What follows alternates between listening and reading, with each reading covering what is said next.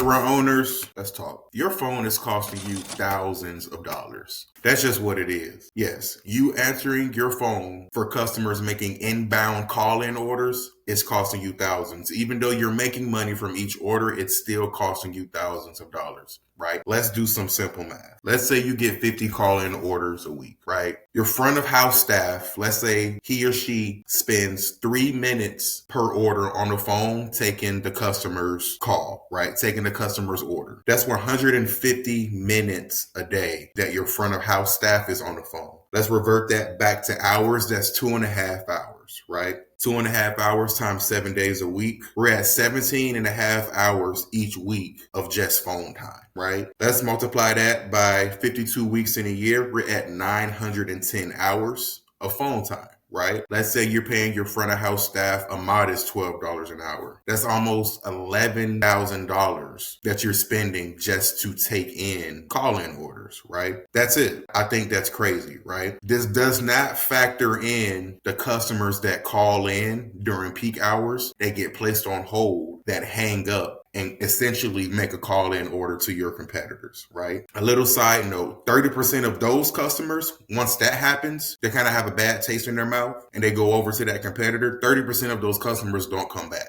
So that's lost revenue forever. So my team and I, understanding the restaurant industry, we've been working with restaurants for about 2 years on our marketing side, and we understand how thin margins are. Every second has to matter, right? Because the margins with food are just different. It's very tooth and nail. So that's why we have built this automated inbound call solution tailored specifically for restaurants. And let's get into the demo. Okay, everyone. So let's get into the demo here. So what I'm going to do is I'm going to make a phone call to the agent. What should happen, I make a call, it recognizes me and greets me by name. Clearly, I'm in the system. I created it, tested it out, so it should recognize my phone number. And I'm going to make the order, and the order is going to print out on this custom printer here, right?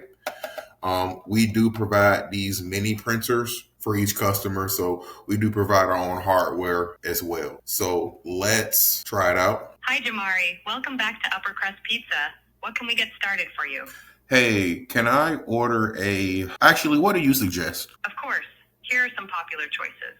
Nashville Hot, a spicy favorite with white sauce, chicken, pickles, onion, Nashville hot sauce, ranch drizzle, and scallion. Bee Gees Knees, a classic with red sauce, pepperoni, basil, herb ricotta, and topped with hot honey drizzle. Groovy Pie, a creamy delight with ricotta, mozzarella, tomatoes, and a touch of truffle honey.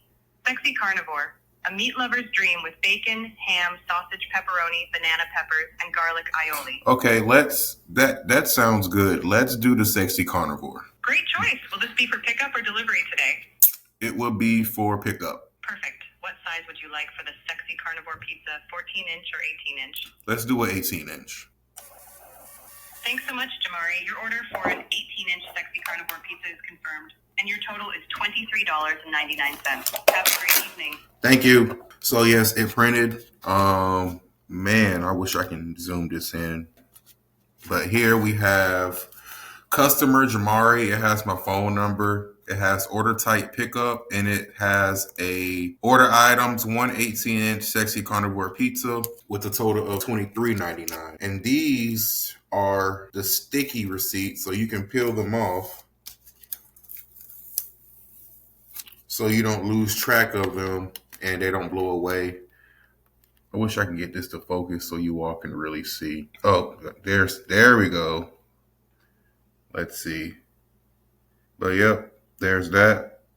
So that's how the system works in a nutshell. As you can see, the system is smart enough to list off menu options, to give you suggestions. It gets all the descriptions right, customizations. A customer can call back in and cancel the order. Actually, let's do that now. Let's call back in and cancel the order. Hi, Jamari. Welcome back to Upper Crust Pizza. What can we get started for you? Hey, I would like to cancel my last order. I see your last order was a pickup order, including 1X 18-inch Sexy Carnivore pizza, totaling $23.99. Is that correct? That's correct. Your order has been successfully canceled, Jamari. Is there anything else I can assist you with today? That would be it. You've been perfect. Thank you. So here, it printed out another receipt. And this time it has the same order information, but at the bottom you can see it says order canceled. So that's the benefit of having a printer at the front by the register and one in the back as well in the kitchen, so that the whole restaurant's in sync and everyone knows what's going on. So what I'm going to do now is spend a little time explaining the build. It's a 4-part scenario. So here is the customer verification. That's how it was able to determine my name. It was able to match my phone number to my existing orders in the database and output my name.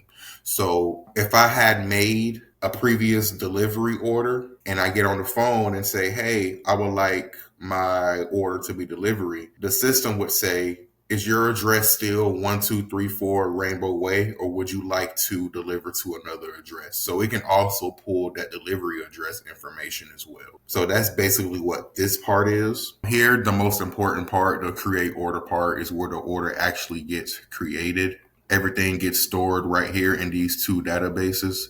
And oh, I forgot the best part. We get text message confirmations. So I forgot to show you that part. As you can see, so the customer gets automatic text message verification. So when they call to place their order, when they change their order, when they cancel their order, all of it gets sent to their phone, right? Here we have, let's see, we went over verification, went over create. This is the change order one. This is where it starts to get a little complex, right? But that's okay. So essentially here, the information comes in via webhook. I parse the phone number so that the system is able to identify it, because it has to be in E164 format. I believe that's what it's called. Here is a tool node, and I'm getting all of my variables that I'm getting that are coming in from the webhook get inputted here into these nodes. So as you can see, original name, original order, original address, and then updated name, updated orders, updated order type. So if I wanted to call back in and say, hey, actually, I need to make that order delivery rather than pickup, the system can handle that as well. It will ask me the address the delivery needs to go to, so far and so forth. Here, this is where it searches the rows to find your previous order, if there is one. And this is the same thing. It searches the rows to find your customer profile as well. Now, this is where it starts to get fun, because we have 3 different routes here. The first route here is change order on the same call. It can change it right there on the spot, right? So this node here, these 3 blue ones, is the trigger for the printer, right? And these red ones here are the triggers for the text message verification. So we have modify same call, modify different call. Let's say they hang up and say, oh no, I forgot to add a second pizza. I have company coming over. I need to add more food. You can then call back. It will be able to pick up and match your number and your name to your order and modify the order on a different call. And here is just the cancel order, as you just seen that we just did. Right. Hey everyone, so I actually made a little mistake when recording this video. These first 2 Twilio nodes that you see in the change order scenario, they're just placeholders. They're not active. These change order Twilio nodes are actually in the end of call report. And I'll explain more as to why I did that later on in the video. So we went through customer verification, create order, change order. Here is the fun part, the end of call report. This is what keeps all of the information up to date. So let's say you're a new customer calling in for the first time. At the end of the call, this route right here will save your information. Let's say you are a customer, you've called in before, but you've never made a delivery order, and this call was your first time giving us a delivery address. It will store that as well. Let's say you're a frequent customer and you want to change your delivery address. And this is what this node is for right here. And the reason why this last one right here, we have the change order text at the end of call report, because that was the most efficient way to handle this operation. Okay, so piggybacking on what I was speaking about earlier, this Twilio node here at the bottom right corner is actually what gets activated to send the text messages to the customers confirming their change order. The reason being why we put it here, I put it here on the end of call report, is because it gives the system time to process everything, so all fields of the text message gets filled out accurately before it deploys over to the customer's phone. But yes, that's basically the setup. I will have more demos coming soon. I probably will add one of my prompts. This is like a 4-part system. So there's separate agents working together to make this process work. Yeah, that's the demo. More coming soon. Thanks.